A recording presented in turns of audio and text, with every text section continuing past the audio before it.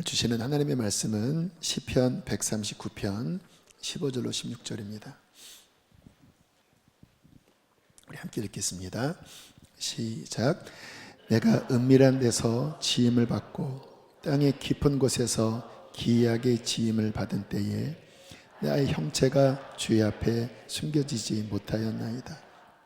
내 형질이 이루어지기 전에 주의 눈이 보셨으며 나를 위하여 정한 날이 하루도 되기 전에 주의 책에 다 기록이 되었나이다. 아멘. 몇 주간 설교할 주제는 신앙과 인생입니다. 신앙과 인생. 이것은 신앙 안에서 내 인생을 어떻게 바라볼 것인가. 어떤 분들은 신앙 따로 인생 따로 그렇게 생각을 하시더라고요. 교회 용으로 신앙생활 하시고 나의 삶에서는 나의 가정, 나의 배경, 나의 직장, 내 삶의 여러 가지 문제 속에서는 그렇게 하나님을 잘 적용하지 못하시는 경우가 있는 것 같아요. 그것이 이원론적 잘못된 신앙생활입니다. 교회 따로, 삶 따로.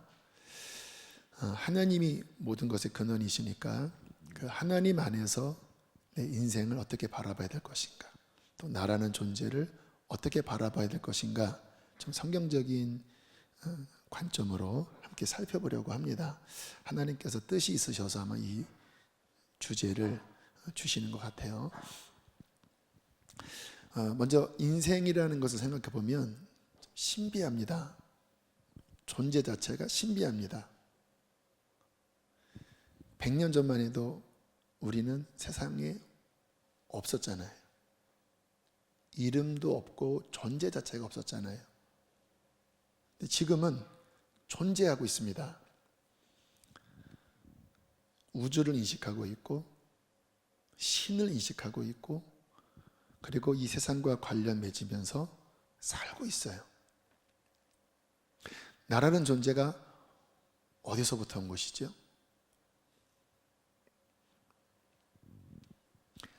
내가 왜 존재하고 있죠? 그냥 랜덤으로 어떻게 하다 보니까 부모님이 만나서, 어떻게 하다 보니까 내가 태어나서, 어떻게 하다 보니까 세상에 내던져져서 그렇게 지금 내가 살다가 죽으면 띠 하고 또다시 100년 전처럼 사라져버릴 그러한 인생인가? 그건 아니겠죠. 내 인생이라고 하는 의미는 뭘까? 왜 살아야 하며 어떻게 살아야 할까? 실은 이런 부분들이 우리가 그냥 삶의 모든 일들을 부딪히며 사는 것보다 더 중요한 근원적인 부분입니다. 그래서 철학적인 질문도 있고 또 책들을 보면 인생에 대해서 많은 고민을 하면서 이야기들을 해요.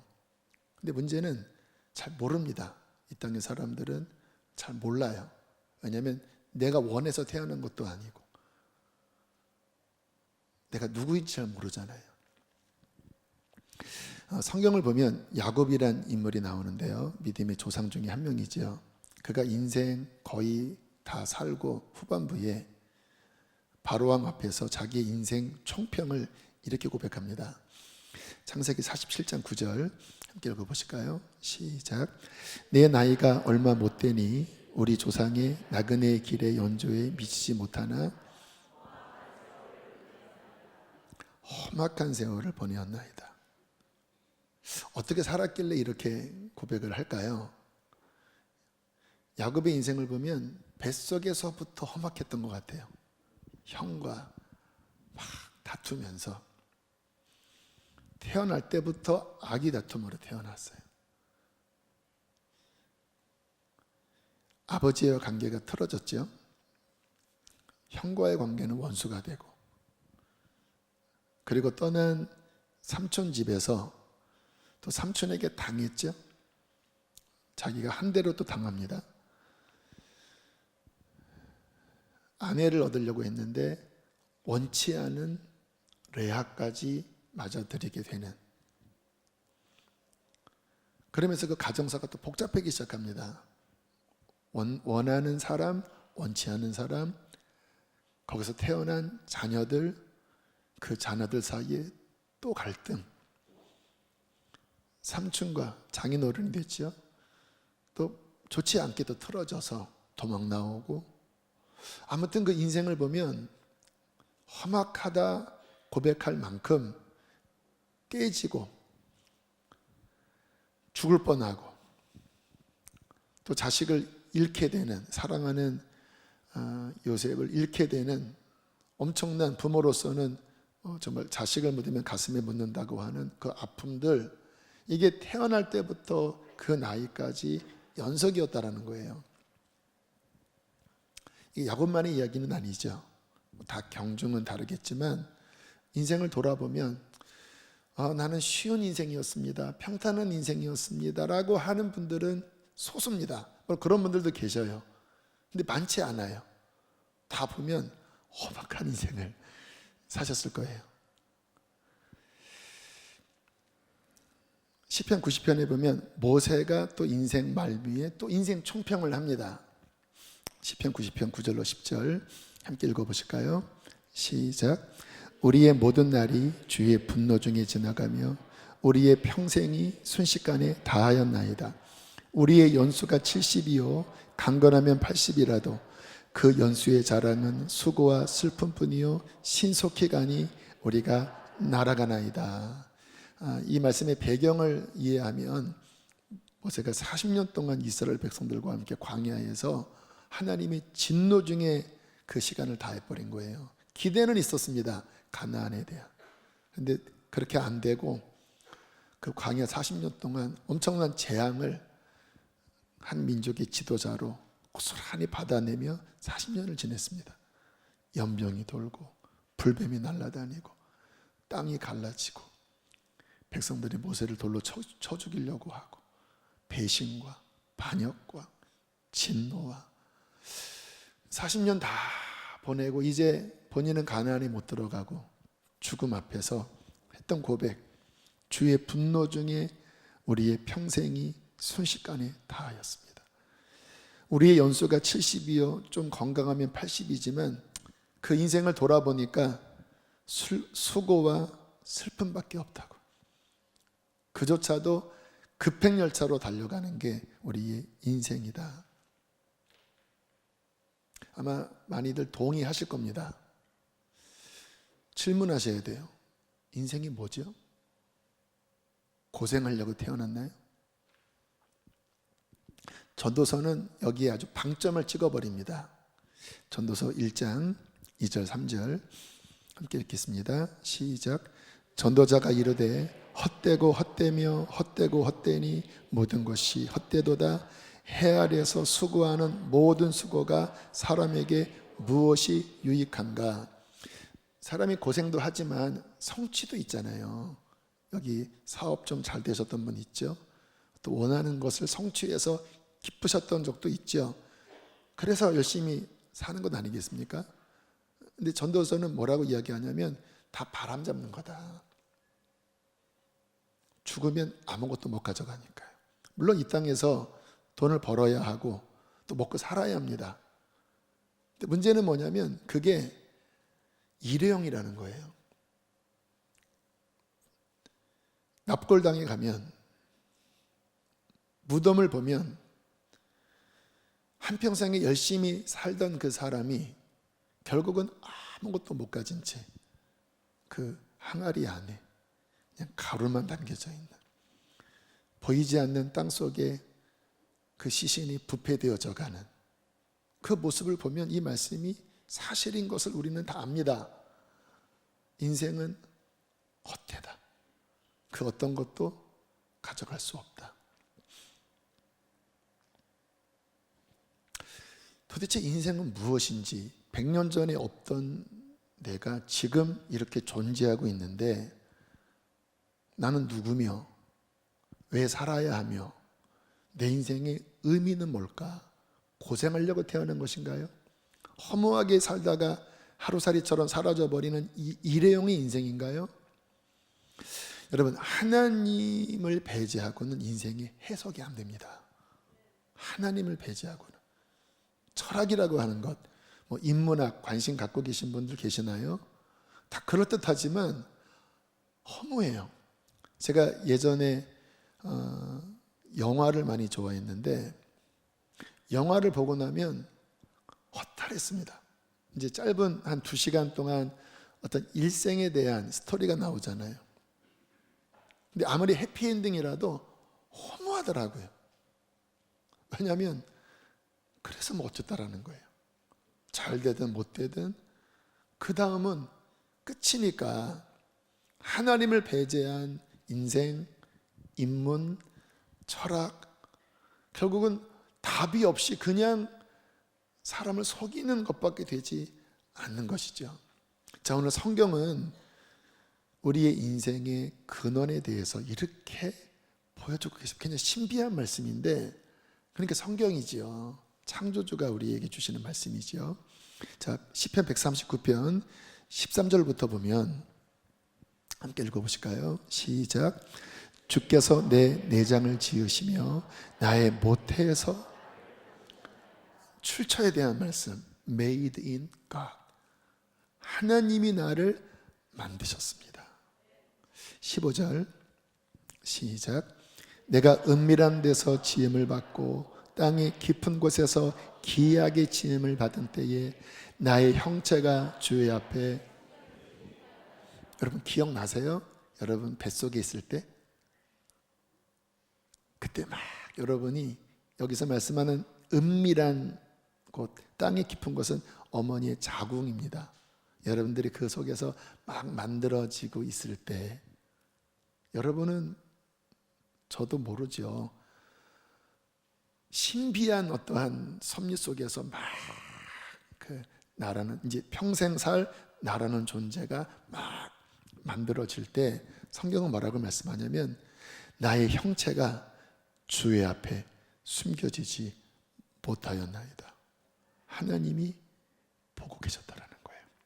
더 정확하게 말씀하면 그분이 우리를 빚고 계셨다라는 거예요. 16절 함께 읽겠습니다. 시작.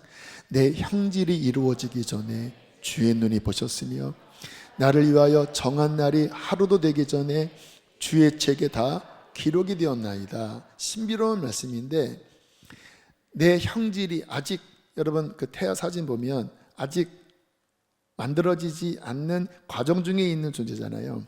근데 그때 주님의 눈이 보셨으며 태어나기 전에 주님의 책에 뭔가 나를 향하여 창조주인 그분이 뭔가를 기록하셨다고 나옵니다.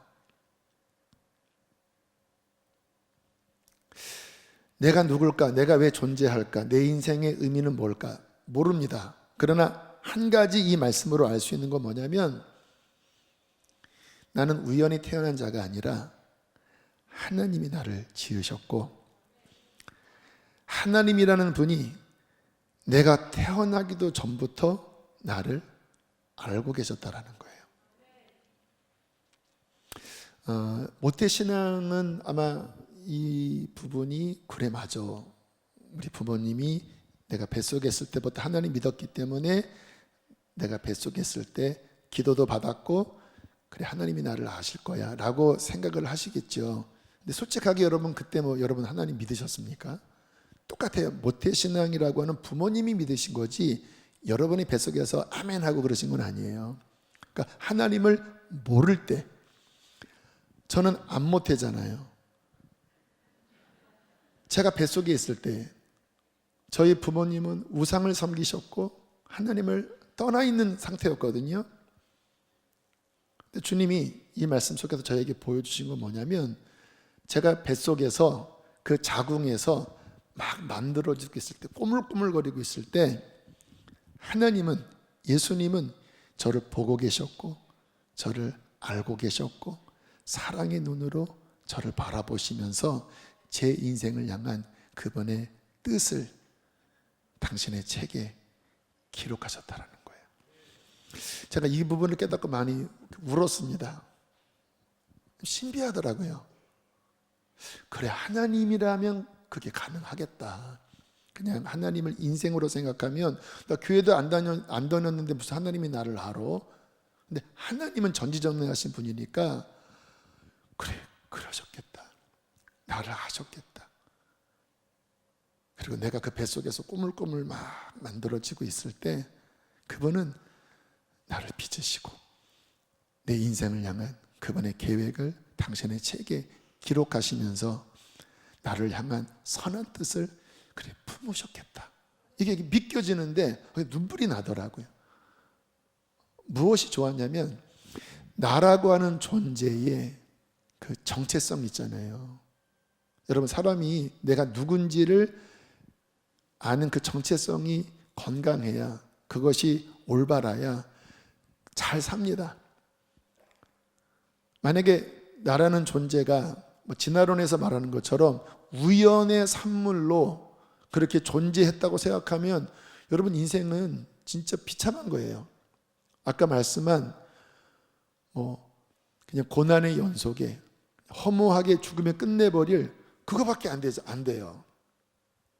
이 나라는 존재가 하나님으로 지어졌고 내가 태어나기 전부터 그분은 나를 아셨고 나를 사랑하셨고 내가 그분의 백성으로 내가 지금 서 있다고 하는 이 정체성을 가지면 제 배경이 어떻든 제 부모님이 어떠셨든 저의 어떤 인간적인 실력이 어떻든 그거는 다 부차적인 거고 나라는 존재 자체가 하나님 그분으로 존재한다고 하는 것은 엄청난 그 인생의 힘이고 사고입니다.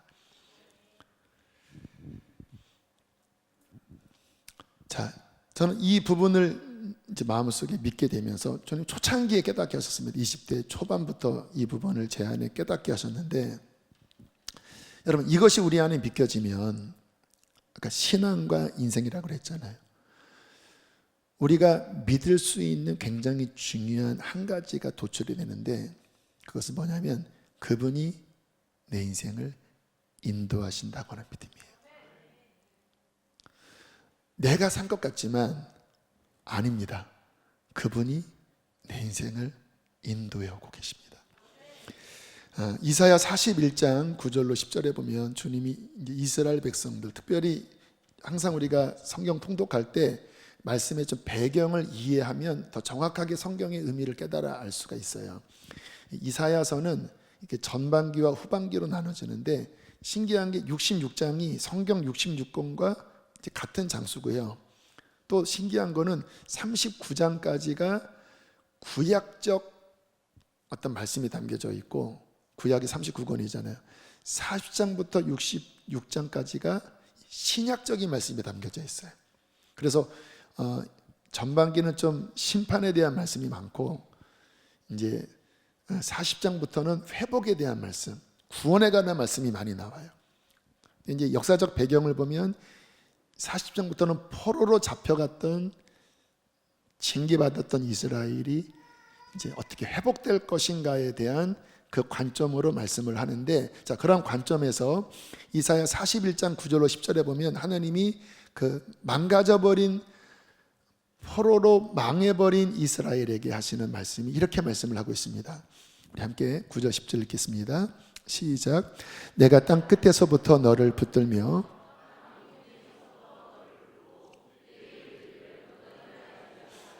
내가 너를 택하고 싫어하여 버리지 아니하였다 하였노라. 두려워하지 말라. 내가 너와 함께함이라. 놀라지 말라. 나는 내 하나님이 됨이라. 내가 너를 굳세게 하리라. 참으로 너를 도와주리라. 참으로 너를 붙들리라. 실패한 것 같았는데 버림받은 것 같았는데 주님께서 아니야. 내가 땅 모퉁이에서부터 너를 부르고 너를 붙잡고 이르기를 나 너 버리지 않았어. 두려워하지 마라. 포록이거든요. 아니 실패한 거거든요. 내가 너와 함께하고 있어. 놀라지 말라. 나는 너의 하나님이야. 내가 너를 굳세게 할 거야. 너를 도와줄 거야. 나의 의로운 오른손으로 너를 붙들어 줄 거야. 무슨 말씀입니까? 버림받은 것 같은 상황이거든요. 바벨론에 끌려간 상황. 이스라엘은 망했고 성전도 무너졌고 소망을 잃은 상황입니다. 근데 하나님이 뭐라고 말씀하세요? 땅 끝에서부터, 땅 모퉁이에서부터 내가 너를 부르고 내가 너를 붙잡고 내가 너와 함께한다. 내가 너를 지금도 인도하고 있어. 너 버림받지 않았어. 그렇게 말씀을 하고 계신 것입니다. 언제나 성경을 보면 이스라엘 역사지만 우리의 삶에 적용할 수 있죠. 여러분, 하나님은 우리의 인생을 인도하고 계십니다. 망한 것 같은 상황에서도 그분은 우리를 버리지 않고 그 속에서 함께하고 계시는 거예요. 시편 23편에 다윗이 그 하나님의 인도하심에 대한 노래를 하고 있죠. 한번 보시면, 여호와는 나의 목자시니 내게 부족함이 없으리로다. 그가 너를 푸른 풀밭에 누이시며 쉴만한 물가로 어떻게 하신다고요? 내 영혼을 소생시키시고 자기 이름을 위하여 의의 길로, 내가 사망의 음침한 골짜기를 다닐지라도 해를 두려워하지 않을 것은 주께서 함께 하십니다. 주의 지팡이와 막대기가 나를, 6절로 넘어갑니다. 6절은 함께 읽겠습니다. 시작. 내 평생의 선하심과 인자하심이 반드시 나를, 내가 여호와의 집에 영원히 살리로다. 아멘. 하나님이 나의 삶을 인도하고 계신다. 이 시편 23편은 많은 사람들이 다윗이 목동일 때 지었다고 생각하는데 성경학자들은 그렇게 안 봅니다. 인생 말년에 지은 시라고 해요. 인생을 돌아보니까 하나님 나의 선한 목자가 되셔서 내 인생을 인도하셨습니다. 그 사울에게 쫓겨다닐 때, 내가 블레셋 땅에 피해 있을 때, 아둘람 굴에 절망 중에 울부짖을 때 주님이 나와 함께 하셨습니다. 주의 지팡이와 막대기로 나를 보호하셨습니다. 주님, 저는 믿습니다. 내 앞날에 무슨 일이 생길지 모르지만 나를 인도하셨던 그 하나님이, 그 선하심과 헤세드, 하나님의 사랑이 내 인생을 앞에 달려가셔서 나를 보호하시고 이끄셔서 결국 영원한 아버지의 집에 나는 살게 될 것입니다 하고 수금을 튕기면서 인생 말년에 하나님을 노래한 그러한 깊은 신앙 고백이 담겨져 있는 고백이라는 거예요. 핵심은 무엇입니까? 하나님이 함께 하신다. 하나님이 인도하신다. 우리가 이와 같은 말씀 속에서 저나 여러분이 이 믿음을 늘 마음속에 새기실 필요가 있습니다. 왜냐하면 눈앞에 다가오는 우리의 현실은 계속 불안하게 만들고 또 하나님이 안 계신 것처럼 느낄 때가 많죠. 그때마다 우리가 기억할 것은 무엇입니까? 하나님 나를 인도하십니다. 내가 왜 살고 있는가? 나의 출처를 하나님, 오늘 시편 139편의 말씀처럼 하나님이 나를 지으셨습니다. 주님이 나를 평생 인도하실 것입니다. 이 믿음을 늘 가질 필요가 있다는 거예요. 베드로전서 5장 7절에 베드로가 주의 백성들에게 이렇게 권면을 하고 있습니다. 함께 읽겠습니다. 시작. 너의 염려를 다 주께 맡기라. 돌보심이라. 히브리서 13장 5절. 그가 친히 말씀하시기를 내가 결코 버리지 아니하고 너희를 떠나지 아니하리라 하셨느니라. 시편 48편 14절. 시작. 이 하나님은 영원히 우리 하나님이시니 그가 우리를 죽을 때까지, 아멘. 자, 이것을 믿고 우리의 삶에 불안하거나 걱정하지 않고 마음의 평안을 갖는 것이 이제 중요한데, 그러면 다시 이제 인생을 다시 점검을 해보면 좋겠어요. 그럼 우리의 인생의 목적은 뭐죠? 우리가 하나님 믿고, 그래, 하나님이 나를 지으셨어. 하나님이 내 인생을 인도하고 계셔. 그 다음에 여러분이 생각하셔야 될 게, 그래, 나는 문제없이 하나님께 복받아서 돈 잘 벌고 우리 자녀 잘 기르고 그래, 문제없이 살 거야. 그래, 하나님은 그렇게 나를 인도하실 거야. 그렇게 생각을 하신다면 오산입니다. 하나님 믿어도 어려움들은 늘 있잖아요. 하나님이 내 인생을 이끄시는 그 목적, 아까 주의 책에 뭔가 기록하셨다고 하셨는데 뭐를 기록하신 것일까? 하나님의 목적은 무엇일까? 여러분, 하나입니다. 하나님의 영원한 생명에 참여하는 것입니다. 다른 말로 하면 그 하나님을 만나는 거예요. 우리 인생은 두 가지로 나눠집니다. 육신의 인생과 영의 인생으로 나눠져요. 요한복음 3장 3절에 보면 예수님이 니고데모에게 하신 말씀이 나와요. 요한복음 3장 3절, 6절, 5절 이렇게 한번 읽어보겠습니다. 시작. 사람이 거듭나지 아니하면 하나님의 나라를 볼 수 없느니라. 육으로 난 것은 육이요 영으로 난 것은 영이니 사람이 물과 성령으로 나지 아니하면 하나님의 나라에 들어갈 수 없느니라. 자, 인생을 바라볼 때 성경적인 시각은 두 가지라는 거예요. 육으로 난 육의 인생, 영으로 난 하늘의 인생. 육신도 하나님이 주셨기 때문에 하나님이 그의 삶에 관여하십니다. 성경에 참새를 보아라, 창고에 모아들이지도 아니하되 너희 천부께서 기르신다고 하잖아요. 제가 이렇게 등산할 때 보면 지금 겨울이라 이렇게 다 말라 비틀어진 상황인데 새들이 살고 있어요. 참새들이 짹짹대면 살고 있어요. 뭐를 먹고 살지요? 보통 이렇게 씨앗을 먹어야 되잖아요. 근데 우리는 겨울 되면 없는 것 같잖아요. 근데 걔네들이 죽지 않는 거 보니까 먹을 게 있나 봐요. 요 광교산 가면 딱따구리들이 있습니다. 그래서 막 나무를 막 패요. 그 속에 벌레가 있나 봐요. 하나님께서 분명히 성경에 육의 삶의 필요를 채우신다고 말씀을 하십니다. 그게 인생의 목적은 아니에요. 왜냐하면 성경 말씀처럼 그것은 곧 죽으면 끝내버릴 바람 잡는 거기 때문에. 그러면 영원하신 하나님이 우리를 지으셨고 존재하게 하셨고 당신의 뭔가의 목적으로 기록하셨다면 그것은 육의 삶이 목적이 아니라 하나님과 만나는 영의 삶, 구원의 삶으로 이끌기 위하여 우리의 인생을 걸어가시는 거예요. 여러분 성경 보고 계셔. 지금 출애굽기 보고 이제 레위기 들어가셨죠? 여러분 그 눈으로 바라보셔야 돼요. 가만히 보면 두 인생의 스토리가 나와요. 가인의 후예의 인생, 육의 인생이죠. 하나님을 떠난 육의 인생.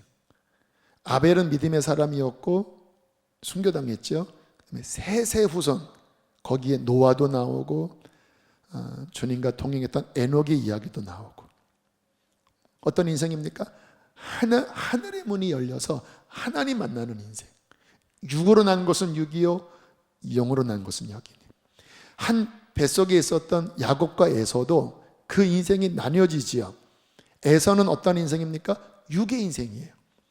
근데 야곱은 좌충우돌했지만 어느 순간부터 하늘이 열립니다. 천사들이 오르락내리락해요. 하나님의 음성이 들려요. 그 인생이 분명히 실수도 많고 그 야곱이라고 하는 캐릭터가 욕심이 많기 때문에 아무튼 그런 말미암아 문제가 많지만 가만히 성경 보시면 천사들이 방문하기 시작합니다. 야복 강가에서 천사와 씨름을 하고 형 만나러 가기 전에 마하나임이라는 곳에서 천사들이 왔다 갔다 하는 장면을 보고 무슨 이야기예요? 영의 삶의 문이 열린다라는 거예요. 주님의 책에 기록된 것은 땅의 것이 아닙니다. 그 인생의 어느 순간에 하늘이 열려 하나님을 만나고 영원한 생명을 얻고 그 영원한 하나님의 뜻의 길을 걸어가는 그 인생으로 부르는 것, 이것이 주님이 우리를 이 땅에 존재하게 한 그 목적이라는 것입니다. 이사야 40장 6절 8절은 인생에 대해서 이렇게 선포하고 있습니다. 함께 크게 읽어보실까요? 시작. 모든 육체는 풀이요 그의 모든 아름다움은 들의 꽃과 같으니 풀은 마르고 꽃이 시들면 여호와의 기운이 그 위에 불미라. 풀은 마르고 꽃은 시드나 우리 하나님의 말씀은 영원히 서리라 하라. 이 두 가지 인생, 육체는 뭐라고 그래요? 풀이에요. 거기에 인생의 영광, 여러분 성공했던 나 이때 행복했어, 그건 뭐라고요? 풀의 꽃이래요. 근데 그게 시들어버린다라는 거예요. 세월의 기온 앞에 쇠해버린다라는 거예요. 주님의 분노 중에 순식간에 다 끝나버린다라는 거예요. 여러분, 우리 하나님이 고작 말라버릴 풀, 꽃을 위해서 우리를 지으셨겠습니까? 편안하게 사는 게 목적으로 아궁이에 태워져 버릴 그 인생을 위해서 우리의 삶을 만드셨겠습니까? 그게 아니죠. 풀은 마르고 꽃은 시드나 여호와의 말씀은 영원하다. 이 말씀이 예수 그리스도십니다. 그분이 육신을 입고 이 땅에 오셔서 우리에게 하늘의 영원한 문을 열어주신 거예요. 우리에게 이 영원한 생명, 구원의 문을 열어주신 것입니다. 여러분, 인생의 기적이 뭔지 아세요? 병이 고쳐지고 문제가 해결되는 것보다 더 큰 기적은 뭐냐면, 육으로 살았던 인생이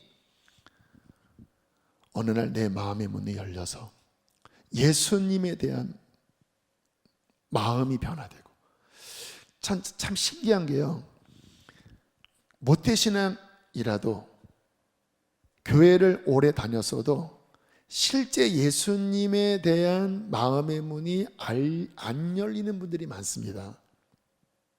억지로 되어지지는 않은 것 같아요. 저도 30년 넘게 사역을 해봤잖아요. 어린 아이들부터 해서 사역을 많이 해봤는데 억지로 안 열려요.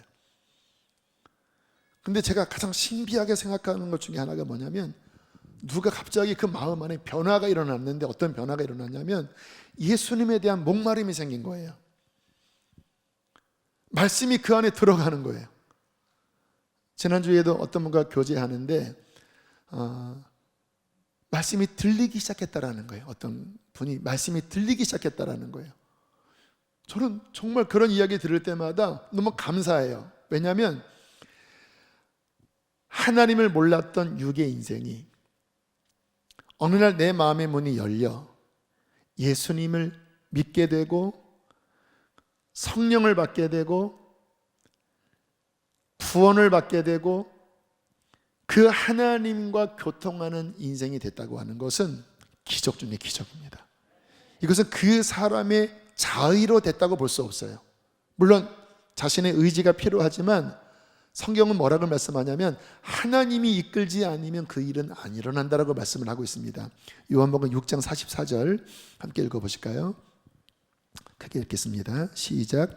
나를 보내신 아버지께서 이끌지 아니하시면 아무도 내게 올 수 없으니 오는 그를 내가 마지막 날에 다시. 여기서 주님께로 이끌렸다라고 하는 건 뭐냐면 예수님을 믿게 됐다라는 거예요. 근데 뭐라고 말씀합니까? 아버지께서, 하나님이 그렇게 이끌지 않으면 마음이 안 열린다라는 겁니다. 자, 여기 계신 분들 아마 두 부류로 나누실 거예요. 아직 믿음이 안 생긴 분이 계실 겁니다. 그러나 지금 이 자리에 계신 것은 하나님이 여러분을 주님께로 이끌기 위한 그 징검다리 중에 계신 것이니까 실망은 하지 마시고, 그러나 도전은 받으셔야 합니다. 나는 아직 예수님을 잘 못 믿습니다. 도전을 받으세요. 그렇게 계속 계시면 안 돼요. 그러나 지금처럼 이렇게 예배당에 앉아 계시고 말씀을 듣고 두드리다 보면 그분께서는 여러분을 예수께로 이끌어 가실 것입니다. 그러니까 이 자리에 계신 거죠. 자, 이미 주님 만나신 분들, 제가 오늘 말씀 속에서 뱃속에서부터 여러분을 아셨다고 그랬잖아요. 평생을 인도하셨다고 그랬잖아요. 그 주님의 인도하심의 정점이 뭔지 아십니까? 여러분 인생 어느 날 여러분에게 다가가셔서 마음의 문을 여시고 예수님을 알게 하시고 믿게 하신 그 시간입니다.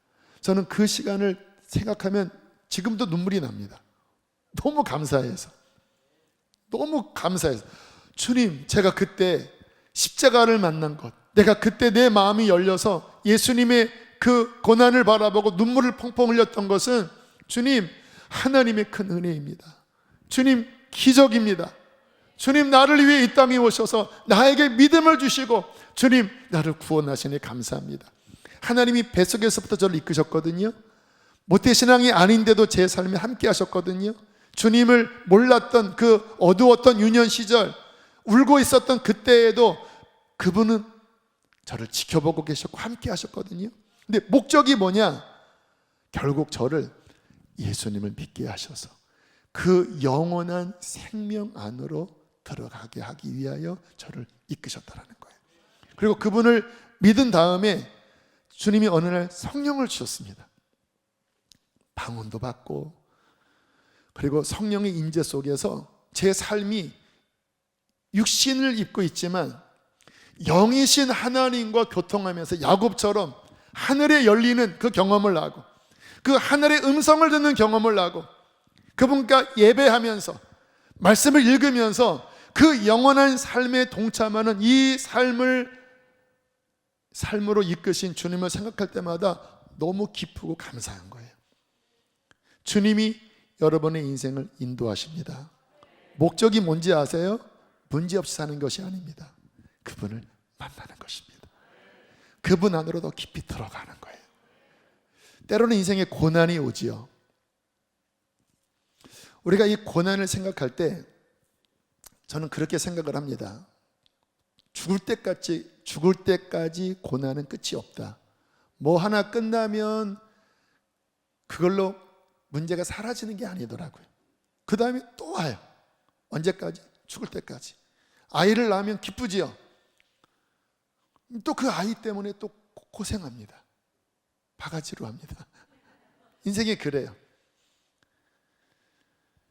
그러니까 이 땅에서의 삶을 우리가 바라볼 때 너무 잘 돼도 잘 된 게 아니고 너무 못 돼도 못된 게 아닌 게 인생인 것 같아요. 제가 아는 어떤 분이 IMF 때문에 직장에서 쫓겨났는데 그 다음에 또 감사하게 좋은 직장에 들어가서 몇 배 월급을 받게 됐대요.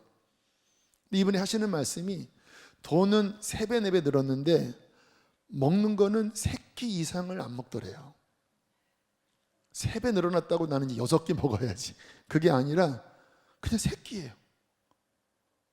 이게 뭐지?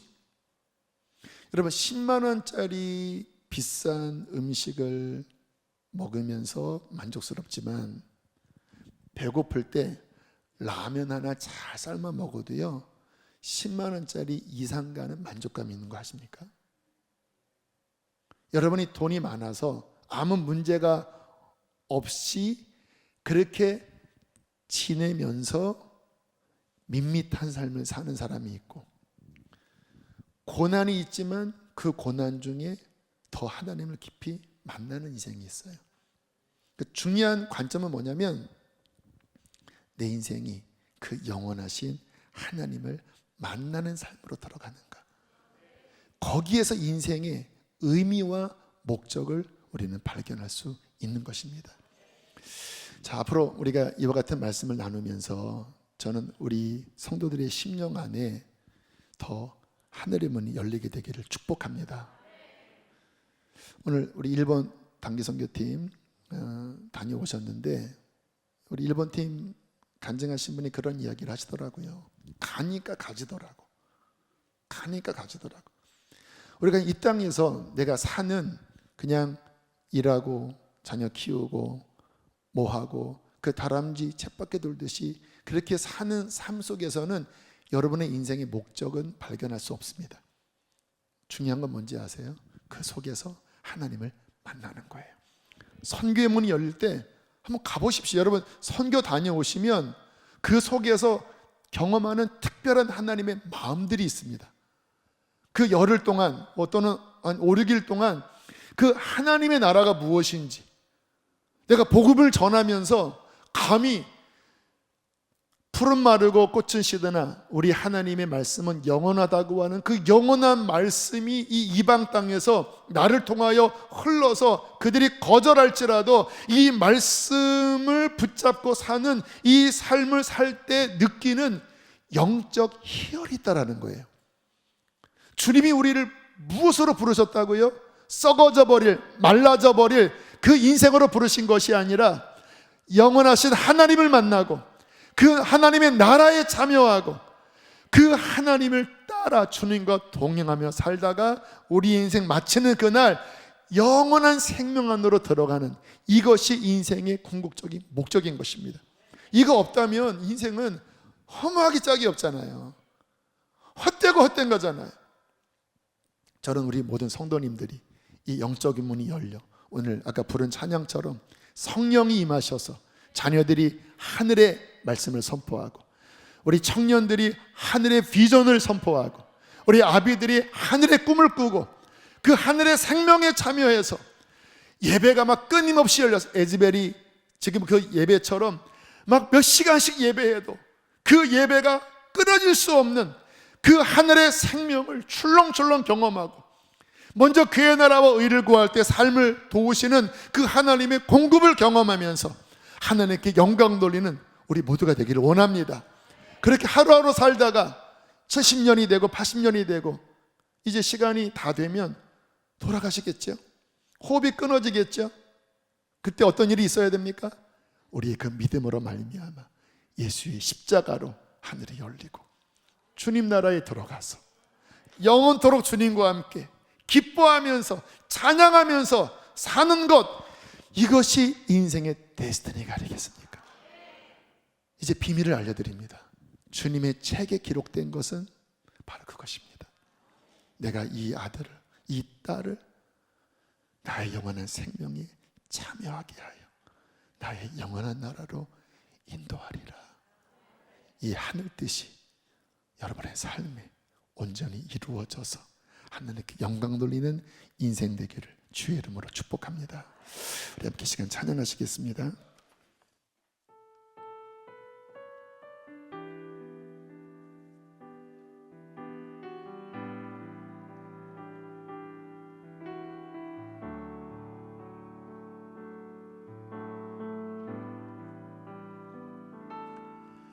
나를 지으신 이가 하나님,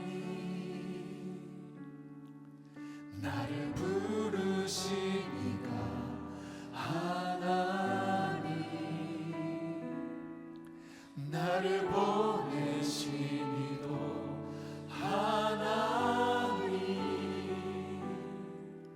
나의 나 된 것은 나 하나님 은혜라. 나의 달려갈 길 다가도록 나의 마지막 골 다하도록 나로 그 십자가 품게 하시니 나의 나 된 것은 다 하나님 은혜라. 한량없는 은혜, 한량없는 은혜, 갚을 길 없는 은혜. 우리가 태어날 때부터 죽을 때까지 우리의 삶을 가득가득 에워싸는 이 은혜 때문에 우리가 숨쉬고 있습니다. 하나님의 은혜,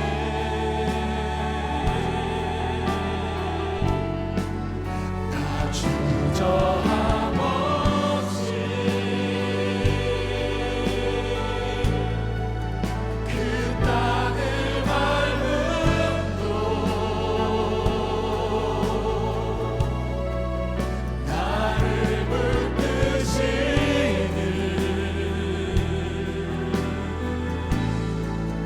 하나님의 나를 지으신 이가 하나님,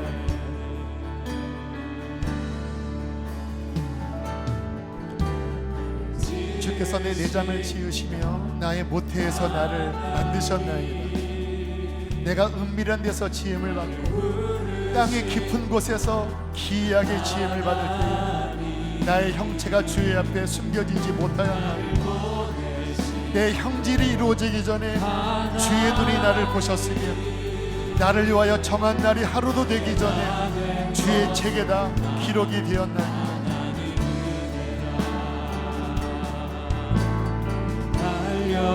내가 땅 끝에서부터 너를 붙들며 땅 모퉁이에서부터 너를 부르고 내게 이르기를 너는 나의 종이라. 내가 너를 택하고 싫어하여 버리지 아니하였다 하였노라. 두려워하지 말라. 내가 너와 함께함이라. 놀라지 말라. 나는 너의 하나님이 됨이라. 내가 너를 굳세게 하리라. 참으로 너를 도와주리라. 참으로 나의 의로 오른손으로 너를 붙들어 주리라. 한량없는 은혜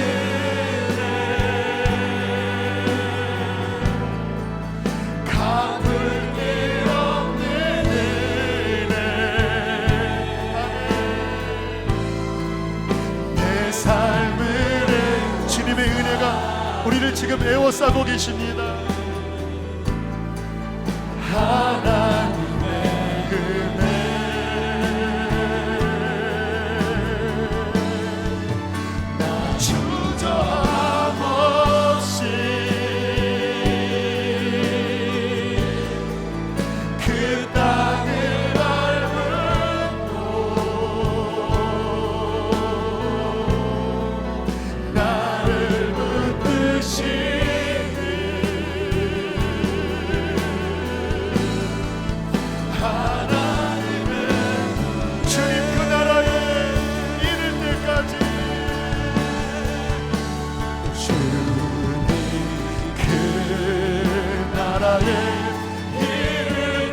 이것이 우리의 목적입니다. 순례의 걸음 멈추지 않으며 어떤 시련이 와도 난 두렵지 않네. 주와 함께 걷는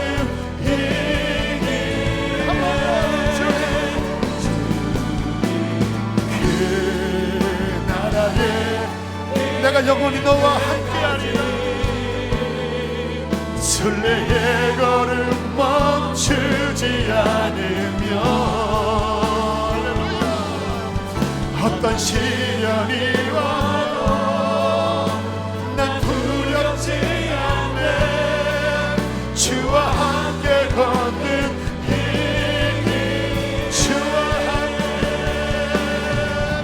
주와 함께 걷는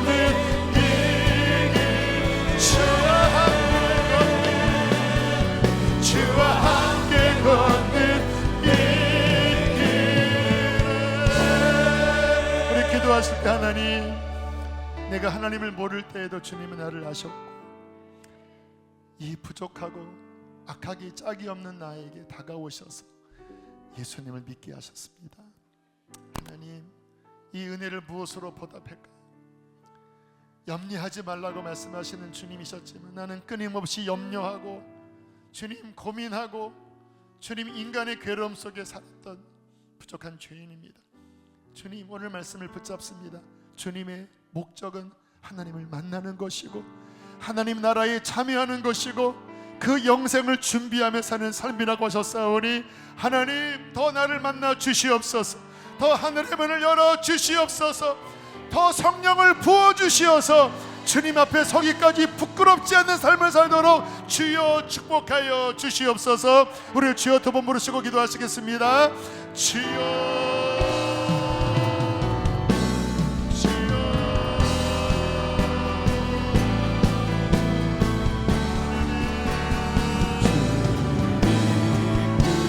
여호와는 나의 목자시니 내게 부족함이 없으리로다.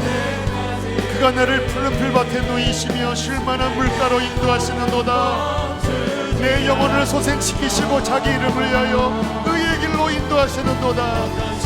내가 사망의 음침한 골짜기를 다닐지라도 해를 두려워하지 않을 것은 주께서 나와 함께 하시니라. 주의 지팡이와 막대기가 나를 아니하시나이다. 주께서 내 원수의 목전에서 내게 상을 차려주시고 기름을 내 머리에 부으셨으니 내 잔이 넘치나이다. 내 잔이 넘치나이다. 내 평생의 선하심과 인자하심이 반드시 나를 따르리니 내가 여호와의 집에 영원히 살리로다.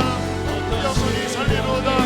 아버지, 우리 아버지, 우리 아버지, 우리 아버지, 우리 아버지를 믿습니다.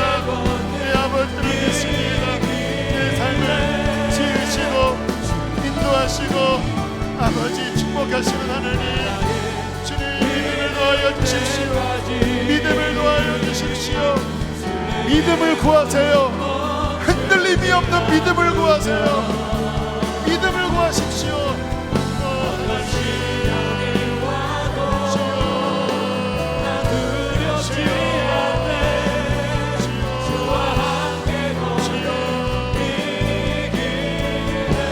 우리 시간 한 번 더 기도하실 때 주님이 말씀하시보다 믿음을 붙잡으라. 여러분, 주님이 여러분 버리지 않으셨습니다. 흔들리지 맙시다.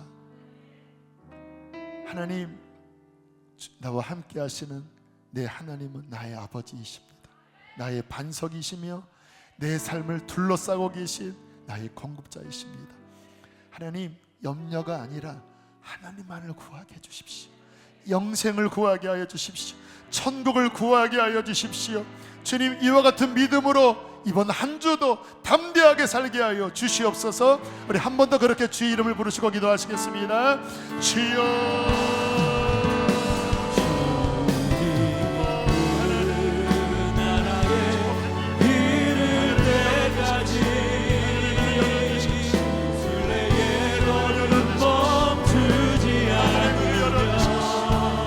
성령을 구하세요. 여러분, 성령을 구하세요. 성령을 구하세요. 영원한 삶에 참여합시다. 천국까지 가는 순례의 길을 기쁨으로 걸어갑시다. 기쁨으로 걸어갑시다. 믿음으로 걸어갑시다. 할렐루야, 할렐루야, 할렐루야, 할렐루야. 주여,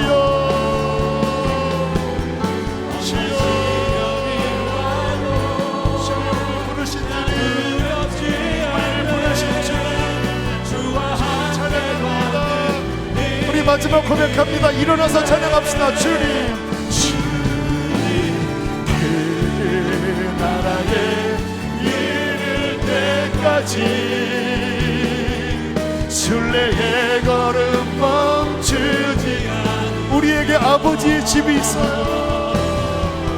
어떤 시련이 와도 난 두렵지 않네. 주와 함께 걷는 우리 마지막 한 번 더 고백합니다. 주님 그 나라에, 그 나라에 이를 때까지 순례의 걸음 멈추지 않으며 어떤 시련이 와도 난 두렵지 않네. 주와 함께 걷는 길, 주와 함께 걷는,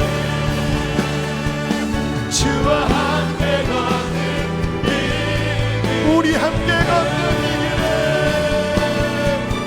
우리 함께 걷는 이